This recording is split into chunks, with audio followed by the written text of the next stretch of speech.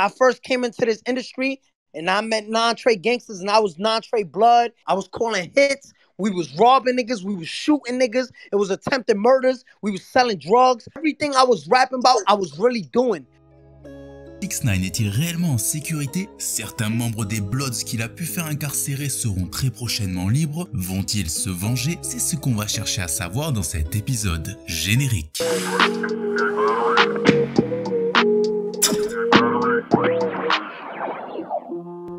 On pourra jamais s'aimer simplement.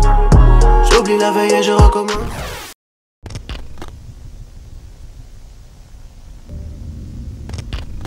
Pour savoir de quoi on parle, il faut remonter en 2018. Il fait beau, le Covid n'existe pas, Astroworld vient de sortir et 6ix9ine est le rappeur le plus showman du monde. Le rappeur est en bif avec un nombre incalculable d'artistes, à tel point qu'on ne savait plus où donner de la tête. Et pourtant, toute cette activité faisait du bien au rap US, du moins jusqu'au mois de novembre. I fired everybody in my team. I got no manager, I got no booking agent, no PR, no public. I don't got nobody on my team. I don't give a fuck who you used to see me with. They no longer around. It's a fucking dub. Seulement quelques jours après cette vidéo, 6ix9ine ainsi que la totalité du 9 Train Gang tombent sous la loi RICO. Cette loi, c'est quelque chose qu'on va voir de plus en plus dans le rap. Elle consiste à faire tomber la totalité d'une organisation criminelle en touchant tous les membres qui sont affiliés de près ou de loin. 6ix9ine reste solide en plaidant non coupable, se fait refuser sa liberté sous caution et séjourne au centre de détention de Brooklyn. Il reste solide le temps d'une nuit. Sur place, il subit un coup de pression de la part d'un membre d'un gang Crips rival et est placé dans une unité anti-gang. De là, il avoue tout quelques mois plus tard en plaidant coupable. I got locked up at 6 o'clock that night. I watched the movie on like a Fed phone. Like they gave me like an iPad or whatever, and they said just lay on the rug like and watch a movie. And I was like, I'm definitely snitching, right? and then. Grâce à ça, il s'en sort avec une légère peine de 2 ans, mais ne fait finalement que quelques mois, étant donné qu'il a fait la majorité en attendant son procès. Son retour est tonitruant, bien que son album ne le soit pas. Mais c'est pas le sujet de la vidéo. Le rappeur est sorti bien avant toutes les autres personnes qu'il a fait condamner à des dizaines d'années de prison. Et pendant qu'il vit une belle vie libre et qu'il a même repris sa carrière comme si de rien n'était, certains n'ont pas digéré et attendent sagement dans l'ombre dans l'optique de prendre leur revanche. Mais d'ici là, 6ix9ine a le temps de se préparer pour certains retours, comme par exemple pour ceux de ses kidnappeurs, qui ne sortiront pas avant 2039 et 2033. Pour que vous vous rendiez compte de la dangerosité de leur vengeance, prenons l'exemple de Ro Murda. Membre important du 9 Train Gang, il est à nouveau écroué suite à la loi RICO. Mais il a malheureusement fini par se faire poignarder par son propre gang. Tout comme 6ix9ine, il avait tout balancé et annoncé ne plus vouloir de cette vie-là. Une décision qui a bien failli lui coûter la vie. Les personnes ayant le plus réagi à cette affaire sont celles qui ont agi pour le compte du rappeur, notamment Kudabi, qui faisait partie des individus chargés d'assassiner Chief Keef. I got 30 pack right now, bro. 30 pack. Swear to God, I got 30 pack, bro. What's up, family? What's up, family? What's going on, family? Il y a également une autre personne ayant tiré pour lui, et c'est Fugwan Fuganga Lovic. Cela remonte à l'affaire du Barclays Center lorsqu'une fusillade a eu lieu, et bien le tireur c'était lui. À la grande surprise de tout le monde, il ne va pas blâmer 6ix9ine pour son enfermement, mais Shorty. Shotty showed them information regarding you back in 2004? Yeah, hell yeah. 6ix9ine didn't snitch on me. Donc la personne la plus à même de vouloir se venger auprès du rappeur est nul autre que Kefano Jordan, plus connu sous le nom de Shorty, un haut placé des 9 Trey Bloods. À travers Treyway Entertainment, il voulait devenir le nouveau Suge Knight. En extorquant les fonds de 6ix9ine et sa notoriété grandissante, Shorty a financé l'intégralité du gang ainsi que son développement, jusqu'au jour où le rappeur s'en est rendu compte. I got most of the shows on this thing. I said, alright, how much? He said, we got you for like a couple dates. You just signed to 3.6 million. I said, what?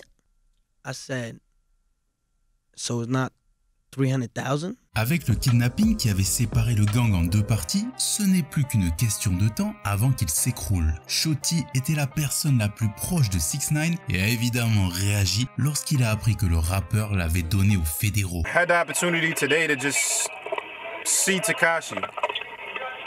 Would you like just? I just let him know I pity him, man. Like I forgive him. pity him, but like, oh, you ain't have to go that route. Like, you really ain't have to do this, man. Il est donc condamné à 15 ans de prison et ne sera pas libéré avant août 2031. En attendant, c'est son fils qui veut s'occuper de lui. Comme d'habitude, 6ix9ine en plein interview fait le show. Il annonce que le fils de Shochi l'a DM, sans préciser pourquoi, histoire qu'on puisse imaginer tout et n'importe quoi. He told me, he said, yo, Ak, you know why my son been messaging 6ix9ine? Cause he wanna fucking fade. He wanna beat that nigga's ass. Malgré tout ça, Shotti a tout de même avoué qu'il pardonne le rappeur, même s'il nie toujours les accusations d'extorsion de 6ix9ine, qui est l'une des raisons pour laquelle il l'a balancé. Cependant, ce n'est pas fini pour autant. C'est avec le big boss Mel Morda que 6ix9ine risque de faire face à des problèmes majeurs. Lui aussi se retrouve mêlé à l'affaire Rico à cause de sa relation proche avec Shotti et 6ix9ine. En apprenant tout ça, Mel Morda veut alors agir contre le rappeur. He being real disrespectful, homie. Like, he got to say, and then I'm gonna start firing on everything. Like, make sure you call me for the activities that affect me.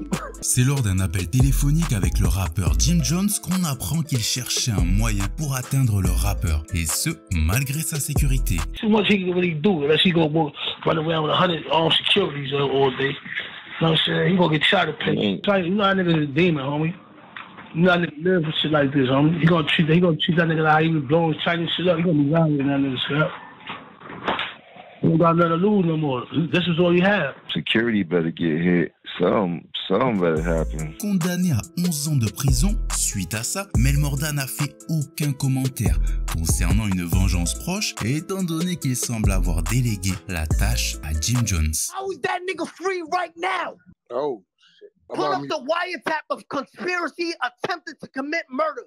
Why is that nigga not in jail? You tell me, nigga. Ayant alors enfermé plus d'une dizaine de personnes et s'en étant sorti libre pour mener la belle vie, il est clair que parmi eux, certains attendent le bon moment pour se venger. Si aucun incident grave n'a encore eu lieu pour le moment, c'est certainement car aucun membre de gang ne souhaite recevoir à son tour une lourde peine.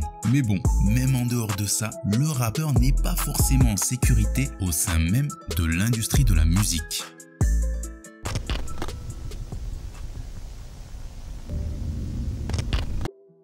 L'objectif du rappeur a toujours été le même, mettre en évidence un point que les rappeurs ne peuvent pas le toucher. Et comme à son habitude, il s'en prend aux rappeurs de Chicago, notamment Lil Durk, en attaquant son meilleur ami défunt, King Von, en lui reprochant de ne pas agir comme il peut le faire dans ses morceaux. Il va même jusqu'à porter un t-shirt à l'effigie de Von ou bien se rapprocher du tueur, l'Ultime. On sait que 6ix9ine va apprendre que l'Ultime a tué King Von, ça va devenir un véritable fanboy. Il va le mettre en PP, il va même demander un featuring, encore une fois, pour atteindre Lil Durk. I never did it. Got down a couple of 40, 60 rats type shit. I act like I was gonna do it. Du côté de Durk, il continue de l'ignorer malgré les attaques sur les réseaux et en chanson. Le rappeur s'attaque aussi à Meek Mill, toujours pour prouver la même chose. Meek Mill, comme tous les rappeurs, lui reproche d'avoir balancé. Et 6ix9ine répond en indiquant que la CEO de son label, Desiree Perez, était également une informatrice ayant fait tomber la totalité d'un cartel. Suite à ça, une altercation a lieu à la sortie d'une boîte de nuit.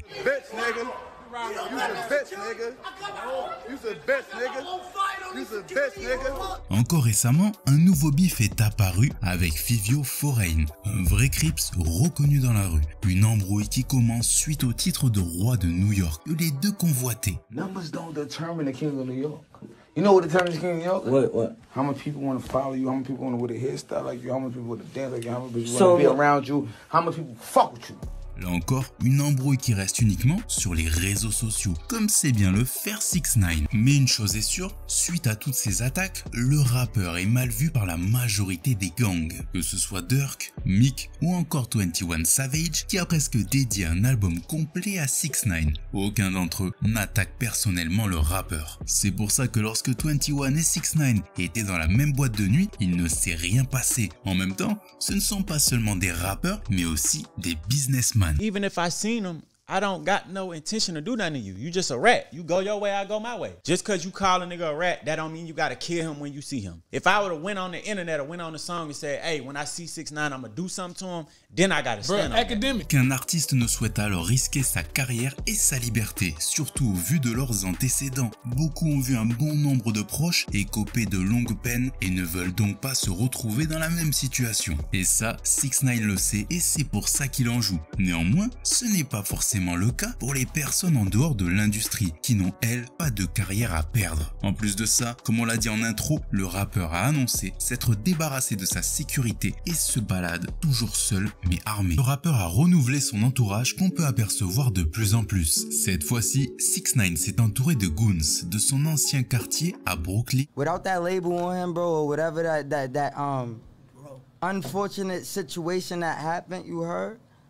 I ain't gonna lie, son of Fisher, bro. Ce nouveau crew est représenté par Don Stax, qui est le seul à avoir révélé et affirmé son identité, tandis que les autres sont toujours cagoulés ou non reconnaissables. Ils ne sont pas des gangsters à proprement parler et ne sont affiliés à aucun set. Malgré ça, ils semblent tout de même avoir admis 6ix9ine comme l'un des leurs. If there's no money involved, would you bring him to the P's to do a video? Would I do it? Look, guess what? I did it already, but he didn't even have no money. No, he wasn't even Tekashi 6ix9ine the gangster. He was rocking road Tekashi. Cette acceptation n'est pas sans conséquence pour son quartier, qui sera dévalisé peu de temps après le tournage d'une vidéo. Quoi qu'il en soit, le rappeur reçoit toujours des menaces de la part de certains membres de gang, ou même juste de randoms qui veulent le tester, comme la fois où un homme a tenté de le frapper à la sortie d'un club. Bien qu'il ait fait un retour en musique, il est toujours blacklisté de l'industrie et doit toujours veiller à se déplacer avec les yeux derrière le dos, car rien ne prouve que son nouvel entourage ne reproduira pas le même schéma que le gang de Treyway.